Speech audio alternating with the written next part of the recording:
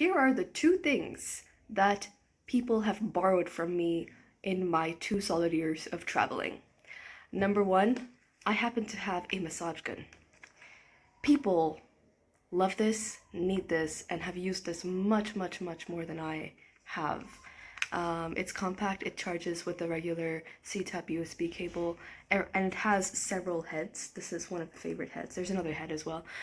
People borrow this all the time. And the second thing is my handy dandy nail cutter. People don't travel with nail cutters. When I say travel, I mean people who are not traveling for vacations. They don't need their nails cut. Hopefully they would have cut their nails beforehand. But the traveling community, go guys, come on, nail cutters. Anyway, so many people have borrowed this. The moment they see it, they're like, oh, finally, I needed it. And they take it and they use it. So there's that. And I'm happy to share my mosquito repellent too. Subscribe for more.